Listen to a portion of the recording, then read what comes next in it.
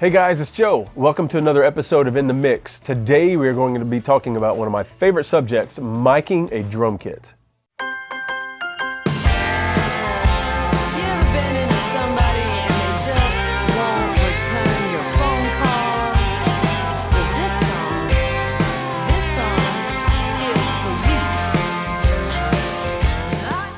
Okay guys, let's talk about the drums that we have going today.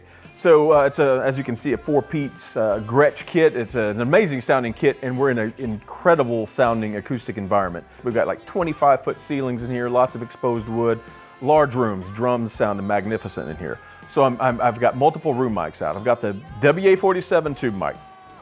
It's probably about, I'm gonna say about 7 feet out in front of the drums, and it's actually, I've got it in cardioid, and it's facing the wall in the distance. It's not facing the kit. It's nothing but ambience, all right? Then I switch over to a spaced pair of room mics. I've got the WA-47 Junior, the FET model, and I have these in Omni. These are probably about 14 feet apart, and I keep them equal distance from the kick drum. So let's talk about the kick drum. All right, so we've got pretty standard issue stuff, and the inside mic is a B52 Shure, and the outside mic is the Warm Audio 47 Junior. And you're gonna see that I don't put the mic very far inside of the kick drum just to prevent too much beater attack. It's real easy to add, but it's difficult to get rid of. And it also lines it up closer, you know, the impact point is these two mics aren't very far off from each other, so phasing is less of an issue. All right, so let's walk around here to the overheads, talk about them. On the overheads, we have the new WA-84s, which is a small diaphragm condenser based on the old German standard 84. Fantastic sound. They are my favorite pencil mic probably of all time. Let's talk about positioning though a little bit. When I use overhead mics, which of course is always, I consider myself not miking cymbals. I mic the drum kit. I love the sound of the snare drum, the tom-toms, all that stuff bleeding into here and rely on it heavily. So an engineer's good friend on drum tracking day is to measure from the center of the snare drum to the capsule, in this case 42 inches. And what that does, that gives me accurate phasing. The snare drum sounds the same in this mic as it does in this mic. And that's important, that's not to be overlooked at all. All right, now let's talk about hi-hat. I got a WA-84 as well. You'll notice on the position there, it's kind of focused in this range right here. And the reason is it's trying to reject some of the cymbal and the snare drum and that kind of a thing.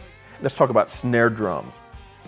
I've got SM57s, just standards, top and bottom. What I like to do is the bottom mic, I want to get less of the beater of the kick drum sound.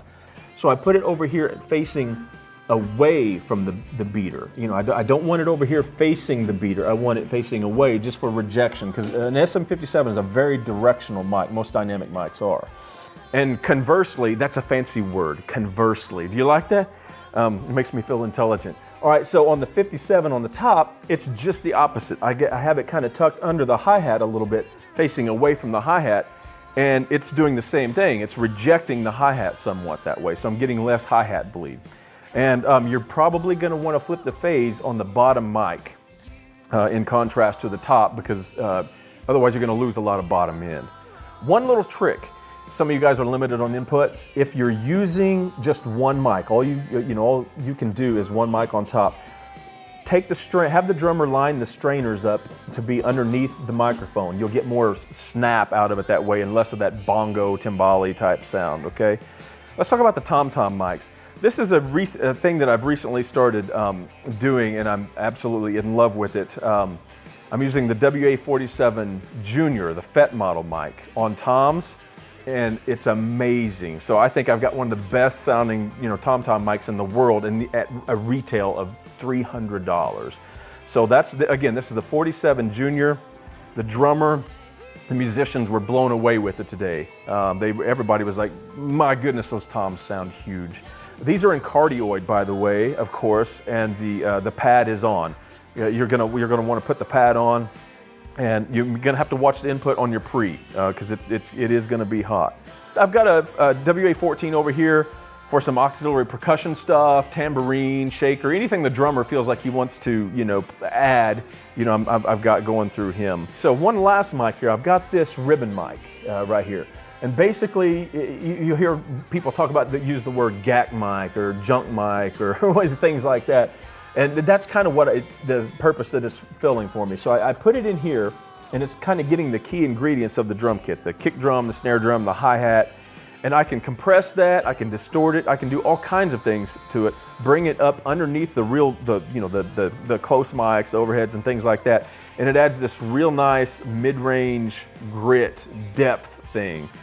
It's not right for every song, and sometimes you use a lot of it, but it really varies. But it's a great addition. If you're looking for more things to do, and more options later in your mix process, that's a good little tip. All right, that's what we're doing for drums today.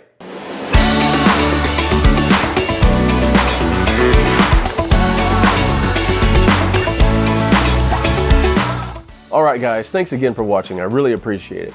Hey, if you would, follow Warm Audio on their social media pages for all the most current information on our program, as well as, if you would, follow me on my own social media at In The Mix with Joe Carrell. We're going to have extra footage, extra content that I hope you guys really enjoy. Okay, now here's Beck Black singing Don't Call Me Darling. You